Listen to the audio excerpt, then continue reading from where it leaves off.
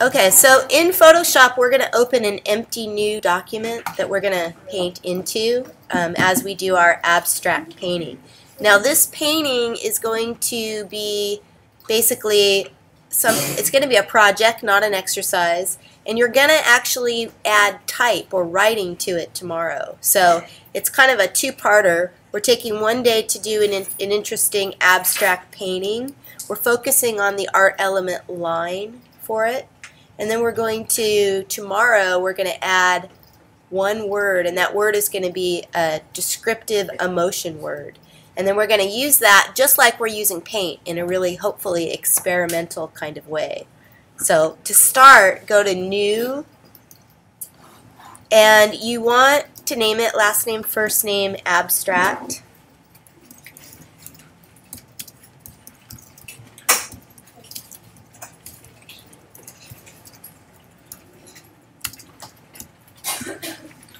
And we're not working with our normal 8 by 10 format. We're actually going to work in a square. So we're doing 8 by 8 inches with a resolution of 150. Doesn't matter what your background color is because we're going to change that. So you should have, when you open it, it should look like a square. Now mine looks more rectangular, and that's because this projector has some warping, unfortunately. It has to do with the resolution of the monitors and the resolution of the LCD projector. So even though that looks like a rectangle, it should look like a square. Yours should look like a square too. If you want to see the inches so you know it's right, remember Command R will show and hide rulers.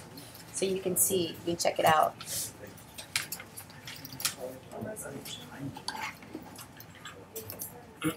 So we're going to be exploring gradients, paintbrushes, and also layer styles for this project. And I want you guys to use all of them. So you're going to use gradients, you're going to use paintbrushes, and you're going to use layer styles. Yes? It doesn't matter. Yeah. If your background's white, that's fine. If it's transparent like that, it's fine. We're going to throw a gradient into it. The other thing we're going to do is we're going to be painting into new layers. So you're not just going to paint it all on one background layer. You're actually going to, you'll have a background, you know, whether it's solid or gradient, and then you're going to throw paints on top. So you're going to work kind of, if you can imagine, sort of going thick with lots of layers. And the good thing about that is you can put effects on those layers. You can make them see-through. You can change their blending mode. You can readjust them if you decide you want to hide one and make it go down farther in the stack. So it'll give you a lot of freedom. All right, so first let's talk about gradients a little bit. We've only really used black and white gradient with a mask. Remember, gradient lives here under the brushes. If you use Paint Bucket last, you might be seeing that. So just if you see that, hold down, choose gradient. Next, let's learn how to load gradients and how to make our own. So to do that, we're going to go up here to this little bar. Oops, I didn't mean to get there yet. Cancel. I'm going to show you that, but not quite yet. So you can go ahead and look at the different ones. And there's default gradients that come preloaded. And then I've loaded a whole bunch more because yesterday when I was demoing this, I was, showing them how. So let me show you now how to load more. So what you do is you go to this little arrow, and then all of the preloaded gradients are here. And I think I have all of them. I don't have this. Oh, I don't remember. Maybe I don't have that. We'll see. Now, once you choose one, a little window comes up and it asks, do you want to replace current gradients with the gradients from noise samples? I'm not going to say okay, because if I do, I'm going to lose all the gradients I've loaded and I'll lose my default gradients. I'll just have the new ones. I'm going to say append instead, and that's going to add my new gradients to my old ones without replacing. Now if you've already said okay, and let me show that if I say okay by mistake. See, notice now it's covered up my new, it's gotten rid of my old gradients and I just have the new ones. But I can go back here and I can say replace, or wait, Yeah, reset gradients. So that's going to reset to my original default gradients. And then I can go back and I can choose and I can start appending so I have more. Which those noise samples seem kind of cool, so I'm going to check those out. Alright, now, so you can use those gradients, and there's a lot of really neat ones. Now, we know kind of from using a gradient before that the longer you pull, the more it blends, and the less you pull, the tighter it is in terms of the color. There's also different kinds of gradients through here. So there's linear, right, which is what we've used. There's radial. There's one called angle. There's reflected. And then there's diamond. So they can all do interesting things for you. Wow. Now, editing gradients, this is what you do. So you click once right on top of the gradient. So I'm not going to the little arrow. I'm going right to the middle of the gradient and I'm just clicking. And that gives me the gradient editor. And you see my current gradient, which is very colorful. And I've got all my colors here. Now I can change those colors simply by clicking, double-clicking on these little squares. And then I can choose new colors. So I can alter those. Wait, did you get that color from Spectrum? Yeah. So I'm just changing them slightly by double-clicking, making them more pastel. I can also remove colors. So if I want to remove a box, say I decide, that's too many colors, I'm just going to click on the box with my mouse and I'm going to pull down. And notice the box pops away. I can also change the order of them. So I can make the colors go in a different order if I want. So I'm just dragging them to adjust them. Just move them. I can also, if you click on one of the boxes, you'll see little diamonds in between. That controls where they blend. So as you move that, it's going to adjust the blend of color. So you can see I can move it so that the pink goes all the way to that end and it gives me a line if I wanted. To add new colors, I can click underneath the bar and it'll give me new color boxes.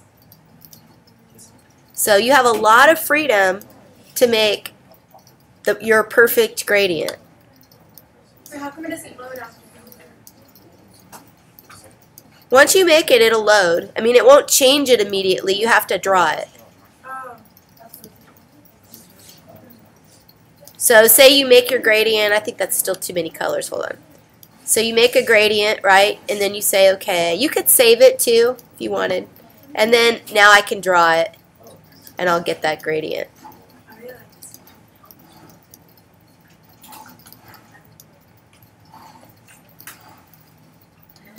So because we're going to put this gradient on its own layer, we can always change it at any point.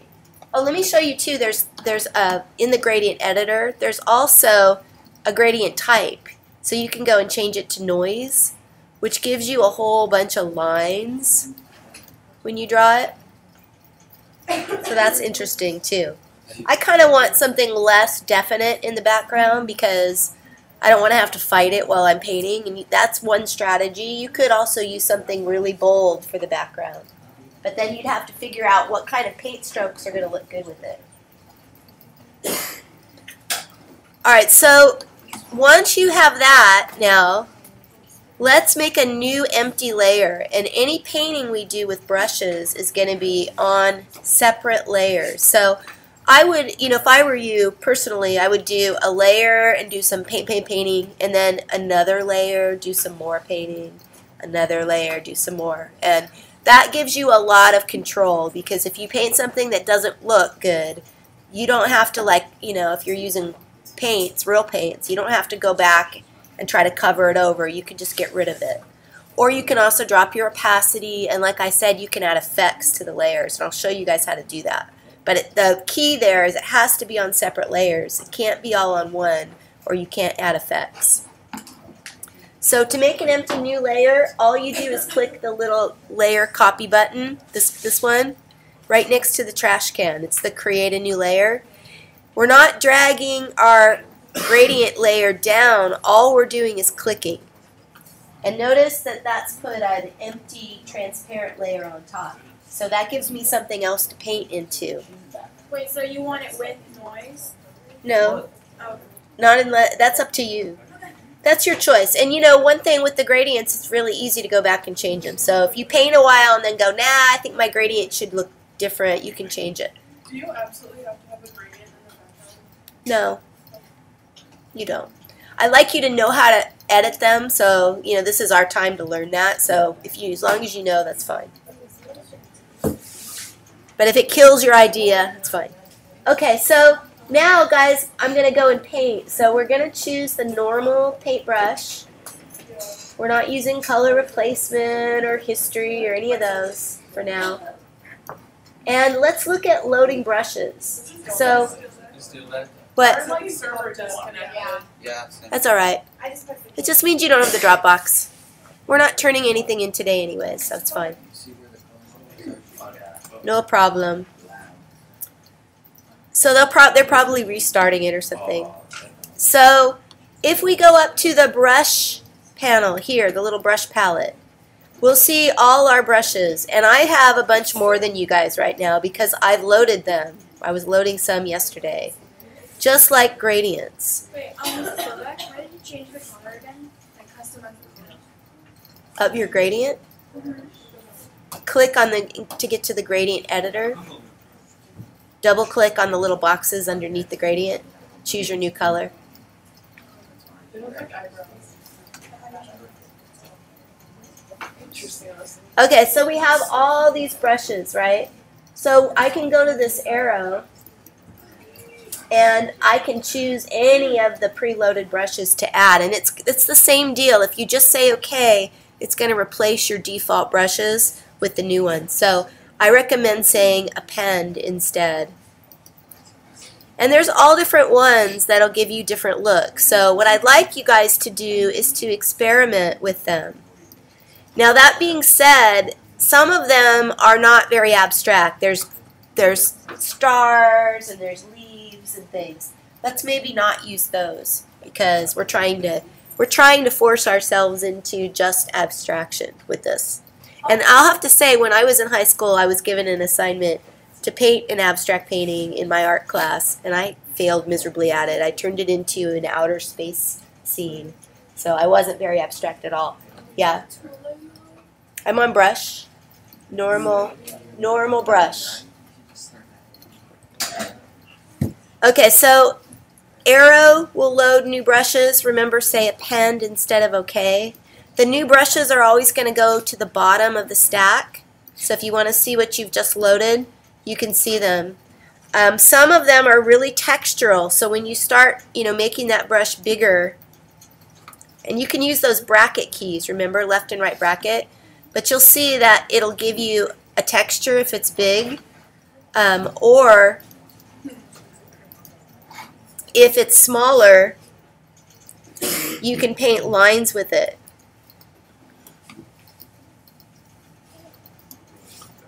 And I would say I'd like you to be experimental with what kinds of lines you paint, but you can really vary. You can have textural lines, you can have thick lines, thin lines, wavy lines, straight lines. Yes, Hannah? Okay, so if you are like one of the people that like to use rulers and stuff, is there a way to make like a border so you don't draw outside of a certain line? You could select a rectangle. Okay, so you can like select shapes and stuff and it won't. Sure, like if I make a selection, then when I go to paint, let me change colors. So as I go to paint, Okay. it's going to give me, and that's actually kind of a cool technique. You could do that too. You could make a selection Right. and then paint within that selection.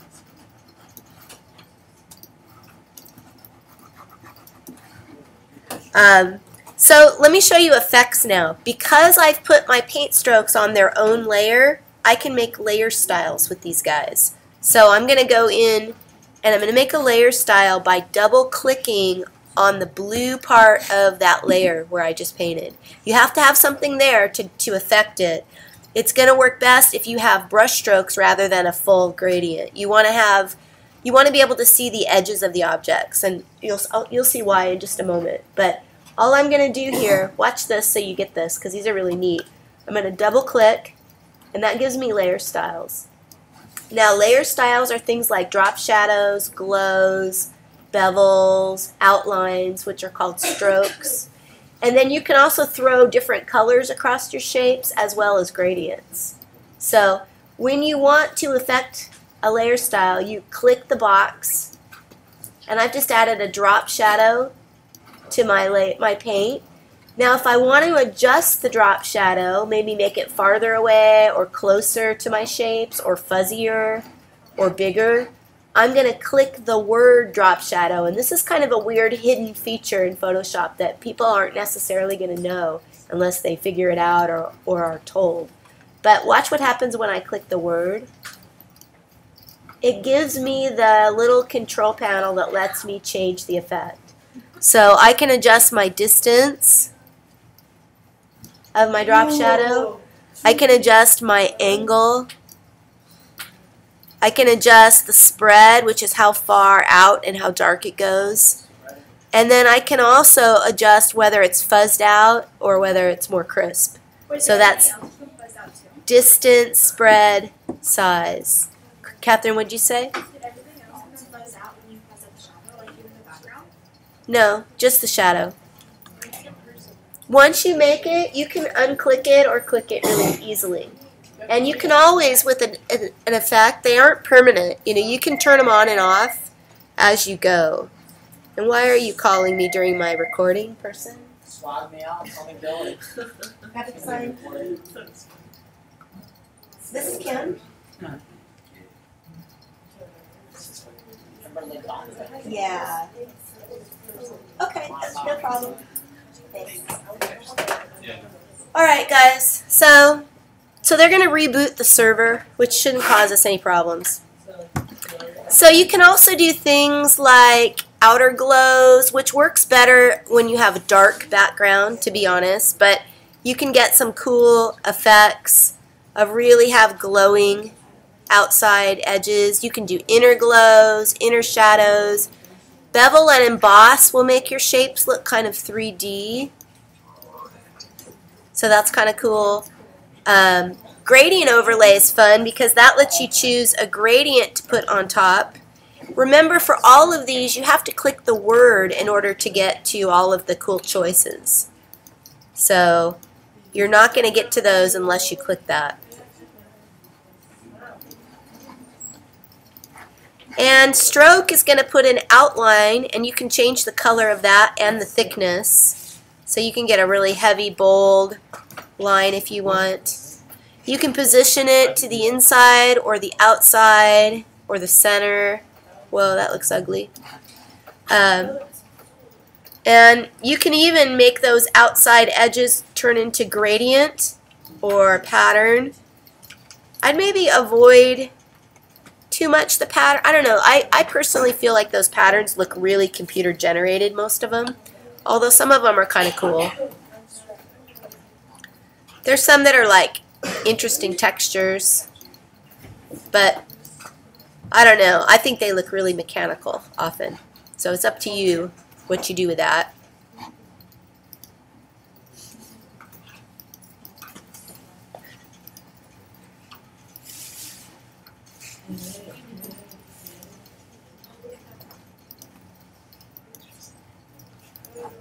So all of those effects that I was just showing, remember, are gotten when you double click here on the layer. Now don't be on the word because it's going to think you want to change the layer name. If I click right on layer 2, notice it gives me the little box to change my layer. So that's just, you just have to avoid it.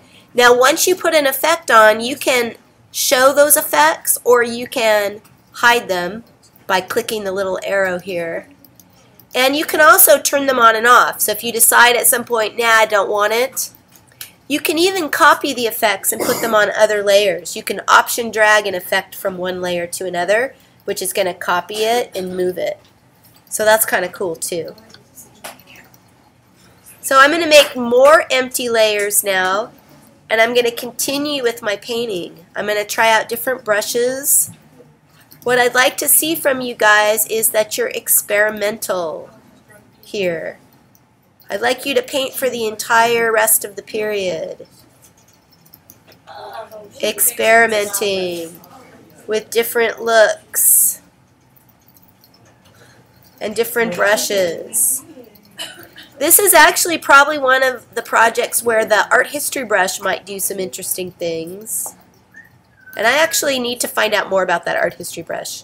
I've avoided it for years, but I have a feeling it can do things I don't know about. Okay, so that's going to be the end of this demo. Keep going, and then tomorrow we're going to add to this. We're going to add type. I'm going to turn you off, demo.